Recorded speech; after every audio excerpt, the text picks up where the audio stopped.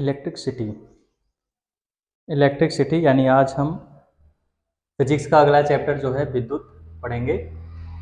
सबसे पहले electric charge के बारे में पढ़ेंगे। इलेक्ट्रिक चार्ज होता क्या है, यानी वैद्युत आवेश किसे कहते हैं। वैद्युत आवेश क्या होता है?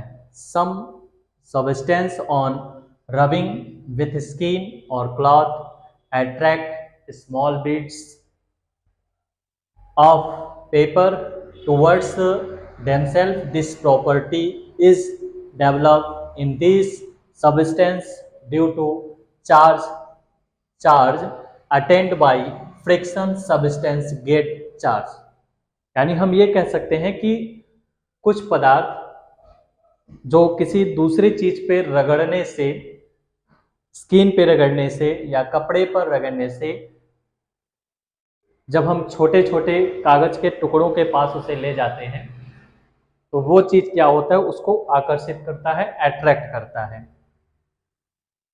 तो इस तरह से हम कह सकते हैं कि यह पदार्थ जो है वो चार्ज युक्त या आवेश युक्त हो गया है।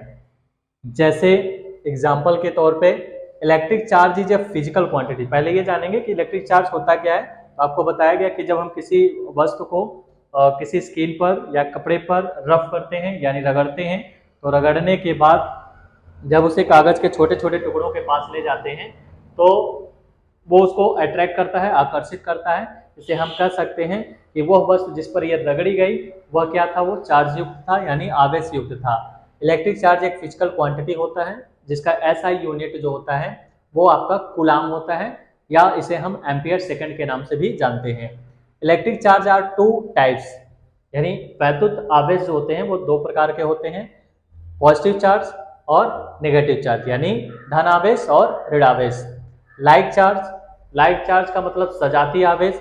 जब दो समान चिन्ह होते हैं, पॉजिटिव या नेगेटिव मिल जाते हैं, यानी धनात्मक हो, ऋणात्मक हो, तो इसे हम सजातीय आवेश कहते हैं। और सजातीय आवेशों के बीच हमेशा प्रतिकर्षण बल लगता है। और जब अनलाइक चार्ज होगा यानी विजातीय होंगे आवेश, जैसे एक प्लस एक माइनस हो, एक माइनस एक प्लस हो, तो विजातीय आवेशों के बीच हमेशा आकर्षण बल लगता है। ठीक, तो charge of A electron is -1.6 × 10⁻⁻19 coulomb, यानी इलेक्ट्रॉन का आवेश जो होता है वो -1.6 × 10⁻⁻19 कूलम होता है। इसी की जगह अगर प्रोटॉन का चार्ज पूछ लेता है तो +1.6 × 10⁻19 कूलम माना गया है। इफ वी रब ए ग्लास रॉड, जब हम कांच का कोई छड़ लेते हैं, with silk then glass rod, जब उस कांच की छड़ को हम किसी सिल्क वाले कपड़े पर रगड़ते हैं तो becomes positive charge, but at the same time silk also becomes equally negative charge. तो उसी समय जब हम कांच की छड़ को रेशम वाले कपड़े पे ऐसे रगड़ते हैं, रगड़ने के बाद सेम उसी समय इस पर से जो चार्ज होगा और जो हमारे कांच की छड़ पे जो चार्ज होगा, तो कह रहा सेम समय पे यानी एक ही समय पे नेगेटिवली चार्ज उस पे आ जाता है। यानी अगर ये पॉजिटिव है तो ये नेगेटिव चार्ज आ जाता है। This happens because some electrons from glass rod move to silk, यानी जब कांच की छड़ से कुछ इलेक्ट्रॉन जो होते हैं वो सिल्क वाले पर चले जाते हैं। Electric conductor, those substance in which electric charge flow easily are known as conductor of electricity.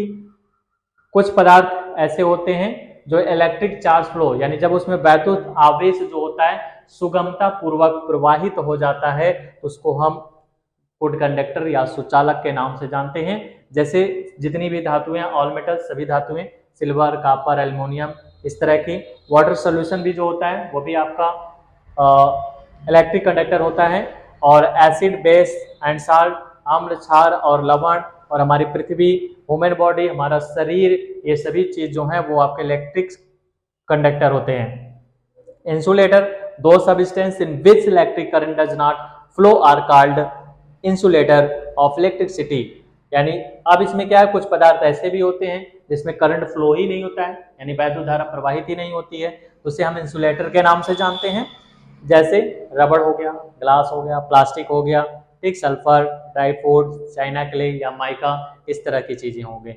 यहाँ एक चीज ध्यान रखेंगे, जब भी फ्री इलेक्ट्रॉन जो होता है जैसे मान लेते हैं कि हमारा ये सर्किट है, यानी वैद्युत परिपथ है, इलेक्ट्रिक सर्किट है, तो अगर हमारा इलेक्ट्रॉन ऐसे राइट से लेफ्ट की तरफ जा रहा है तो जो इसमें करंट होगा वो लेफ्ट से राइट की तरफ जाएगा। यानी इलेक्ट्रॉन जो होता है करंट के हमेशा अपोजिट डायरेक्शन में चलता है, यानी विपरीत दिशा में चलता है। अगर वैद्युत धारा ऐसे चल रही है तो इलेक्ट्रॉन ऐसे चलेगा। ठीक, क्यों? क्योंकि इलेक्ट्रॉन जो होता है वो ऋण आवेशित कणों से मिलकर बना होता है, यानी निगेटिव चार्ज से मिलकर बना होता है। लेकिन इसी की जगह अगर हम कहते हैं पॉजिटिव चार्ज होता है, क्या होगा? तो पॉजिटिव चार्ज में उल्टा डायरेक्शन नहीं होता है, अपोजिट डायरेक्शन नहीं होता है। पॉजिटिव चार्ज भी अगर इधर जा रहा है तो करंट भी आपका इधर ही जाएगा।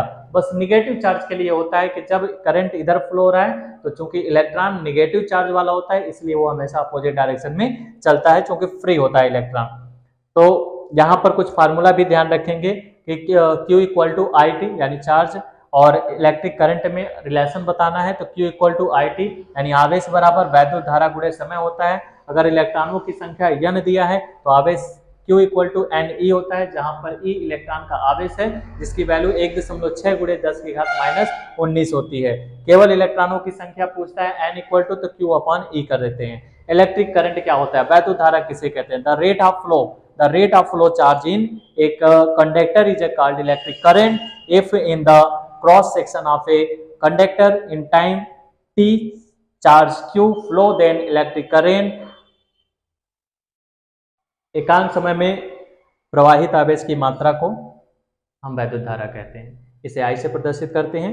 I equal to Q upon T, इसका मात्रक एम्पियर होता है या आवेश प्रति सेकंड या कूलम प्रति सेकंड के भी नाम से जानते हैं। SI यूनिट अगर पूछता है तो केवल एम्पियर कहेंगे। एम्पियर क्या होता है? If in a circuit a coulomb charge flow in 1 second then electric current flow in the circuit is 1 ampere, यानी एक कूलम आवेश अगर 1 सेकेंड तक प्रवाहित होता है तो उस चालक का वैद्युत धारा 1 एम्पियर कहलाएगा। इसी में कुछ आपके यूनिट कन्वर्ट करने के लिए भी मिल जाएंगे, जैसे 1 मिली एम्पियर में 10 की पावर -3 एम्पियर, 1 माइक्रो एम्पियर में 10 की पावर -6 एम्पियर और 1 पिको एम्पियर में 10 की पावर -12 एम्पियर होता है। इसी तरह से कूलम में 1 मिली कूलम इक्वल टू 10 की power -3 coulomb, 1 micro coulomb equal to 10 की पावर -6 कूलम, इसी तरह से 1 पिको कूलम इक्वल टू 10 की पावर -12 कूलम होता है। ठीक, इस तरह से अभी ये थोड़ा सा टॉपिक है। इसके बाद हम रेसिस्टेंट पढ़ेंगे, इलेक्ट्रिक पोटेंशियल पढ़ेंगे,